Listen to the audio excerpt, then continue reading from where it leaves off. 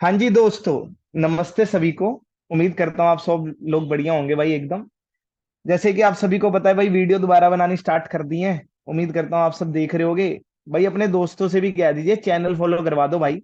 ठीक है, यहाँ पर बिल्कुल ही ऐसा जेन्युइन कंटेंट मिलेगा कि मजा आ जाएगा एकदम। ठीक है, फाइनेंस से रिलेटेड सारी नॉलेज। अगर आप कोई बिजनेस स्टार्ट करने वाले हो, अगर आप कोई दुकान स्टार्ट करने वाले हो, ये नॉलेज भैया आपको चाहिए चाहिए। वरना आप ये समझ लो बहुत बड़ा नुकसान हो जाएगा। और जहां तक कि आपको लग रहा है यार बैंक में पैसा पड़ा है, कोई रिटर्न तो है नहीं, सेविंग अकाउंट 2-3% का रिटर्न दे रहे हैं, तो कहाँ इन्वेस्ट करें, वो सारे ऑप्शंस भी आपको टाइम के साथ बताते रहेंगे। तो बिना वीडियो देखे कोई एक्शन मत लेना भैया, वरना नुकसान होने के पूरे चांसेस है। और दोबारा बता देता हूँ, ये एक एडवाइस है। आपका मानना या ना मानना वो आपकी मर्जी है। ठीक है जी। तो आज की वीडियो स्टार्ट करते हैं फिर। भैया एक तो यार एक दो बातें पहले करना चाहूंगा। जब भी वीडियो देखो ना, 1.5x या 2x स्पीड कर लिया करो अपने आप, बोलने की जरूरत ना पड़े। ठीक है, क्योंकि एक तो फटाफट टाइम बचता है यार, आजकल टाइम ही मनी है। ठीक है जी। टाइम, अब देखो पैसा क्यों कमाना है, हमें पैसा इसलिए कमाना है सर कि हमारा टाइम किसी का गुलाम ना हो जाए। ऐसा ना हो कि हमें 100 रुपए कमाने के लिए भी अपने 10 घंटे बर्बाद करने पड़ रहे हैं, क्योंकि हम इतने मजबूर थे कि हमें 100 रुपए की जरूरत थी। समझ आ रहा है, पैसा कमाने का मेन पर्पस है टाइम पर कंट्रोल। तो टाइम बचाना है तो वीडियो तेज स्पीड में देखो। समझ आ रही है मेरी बात, और मजा भी आता है वैसे। देख लेना अगर तुम ये करके। और दूसरी बात, भैया इंस्टा पे एक पेज बनाया है। ठीक है, उस पे सारी शॉर्ट वीडियोस, कई बार लोग कह रहे थे सर टाइम नहीं मिलता पूरी वीडियो देखने का। तो भैया एक इंस्टा पे पेज बना दिए, सारी शॉर्ट वीडियोस उस पे आ जाएंगी। पेज का नाम है वेल्थोलॉजी। वेल्थोलॉजी 2.0। ठीक है जी, वेल्थोलॉजी 2.0 मतलब, और मतलब क्या बोल रहा हूं मैं, 2.0। अब 2.0 क्यों रखा, मन कर रहा था, सेक्सी लग रहा था भाई, सिंपल। ठीक है जी। तो चलिए भैया आज की वीडियो स्टार्ट करते हैं। आज की वीडियो का टॉपिक है भैया, कर्जा लें या फिर अपनी ऑनरशिप खो दें। ठीक है जी, यानी कि डेट वर्सेस इक्विटी। देखो डेट होता है कर्जा, कि बाहर वाले लोगों से पैसा उठा लो। ठीक है जी। और इक्विटी क्या है, कि भैया कर्जा नहीं है। ठीक है, आप अपने बिजनेस का कुछ पार्ट बेच रहे हो।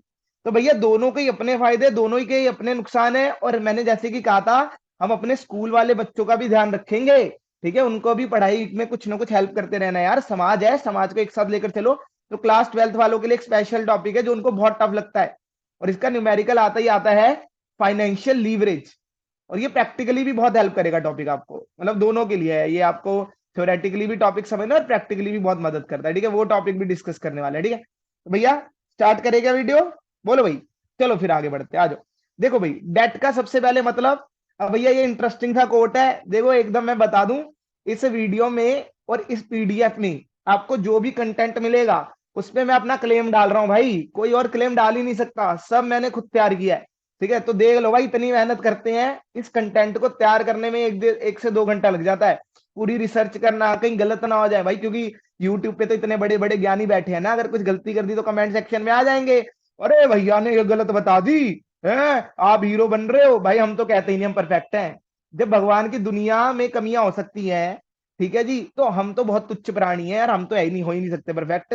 ठीक है जी, कितना मर्जी ज्ञान आ जाए, कमियां होंगी। ठीक है, हाँ। तो भैया डेट को कई लोग डेथ भी कहते हैं, और कई लोग कहते हैं कि डेट के बिना उनकी जिंदगी व्यर्थ है। या व्यर्थ बोले या डर्थ बोलो, जो भी बोल सकते हो तुम, व्यर्थ व्यर्थ तो नहीं है, डर्थ है। ठीक है जी, हाँ। अब ऐसा क्यों, देखिए कर्जा किसी के लिए मौत के बराबर है। ठीक है जी, क्योंकि कर्जा तुम्हें पता है कि हमारे जो है समाज में कर्जे को अच्छा नहीं माना जाता, कहते कर्जा नहीं लेना चाहिए वरना इंसान जो है जीवित ही मर जाता है। सही बात है, वो भी बताएंगे क्यों। ठीक है जी। और कई लोगों को कर्जे की इतनी आदत पड़ जाती है, वो क्रेडिट कार्ड वगैरह हो गए, कि उनकी तो लाइफ चलती ही नहीं जब तक साले वो 10-20 हजार कर्जा ना चढ़ाए। एक कर्जा खत्म होता है तो दूसरा कर्जा उठा लेते हैं। तो उनके लिए तो स्कारसिटी हो जाती है लाइफ में अगर कर्जा ना उठाए। समझ आ रही है मेरी बात, ठीक है। अब देखो कर्जा होता क्या है, सिंपल सी बात है।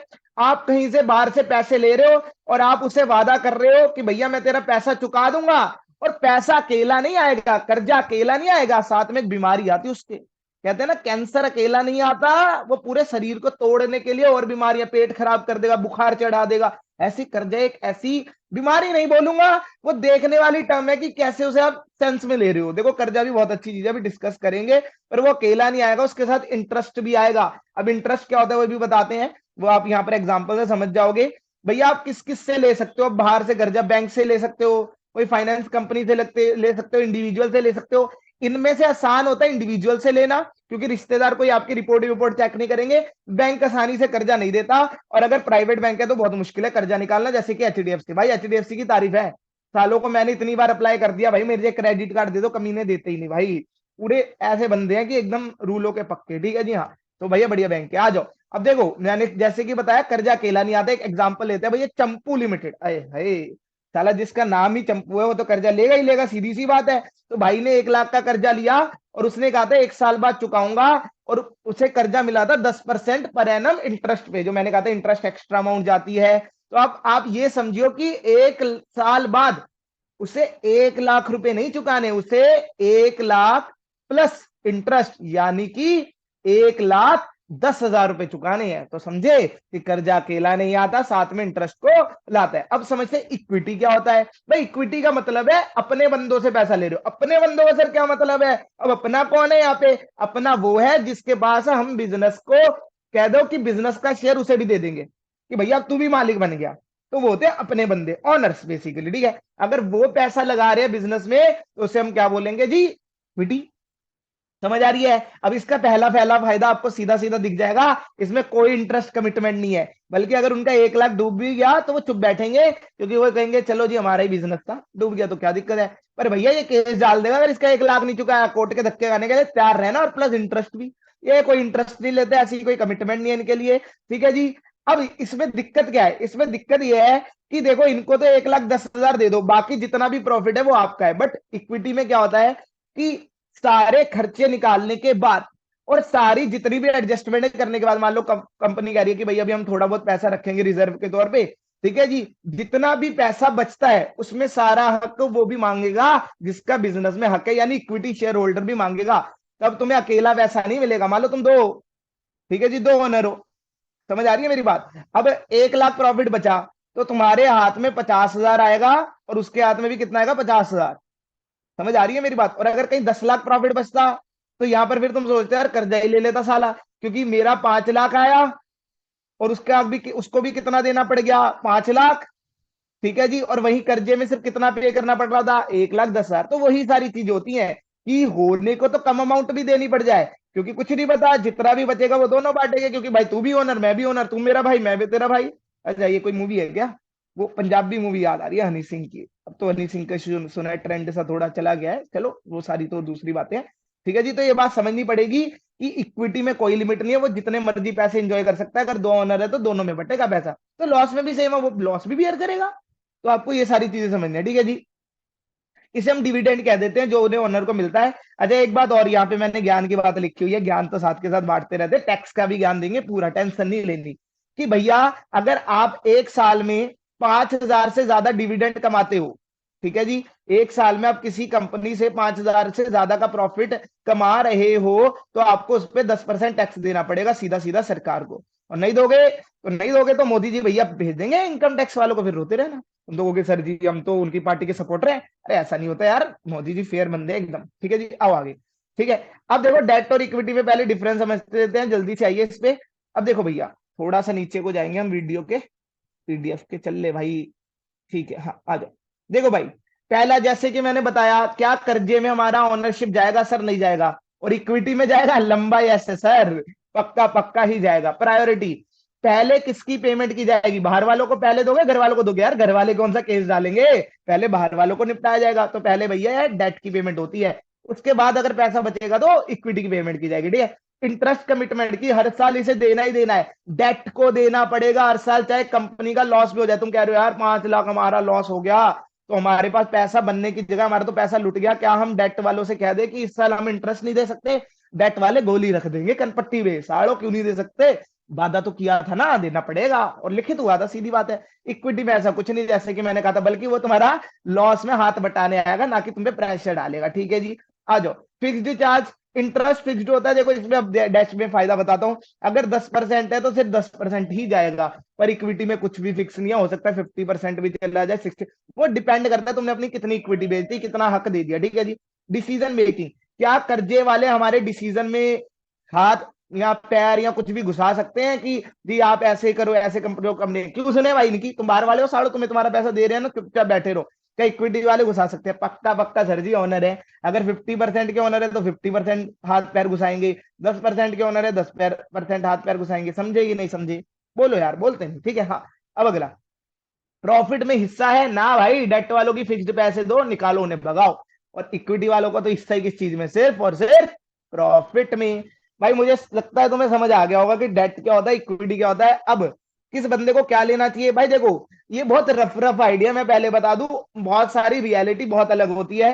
पर ये रफ रफ ऐसे इस टॉपिक काम करता है कि ऐसे ऐसे बंदों को ये ले ले, और ऐसे ऐसे बंदे ये ले ले, तो तुम देख लो तुम कैसे बंदे हो, ठीक है जी।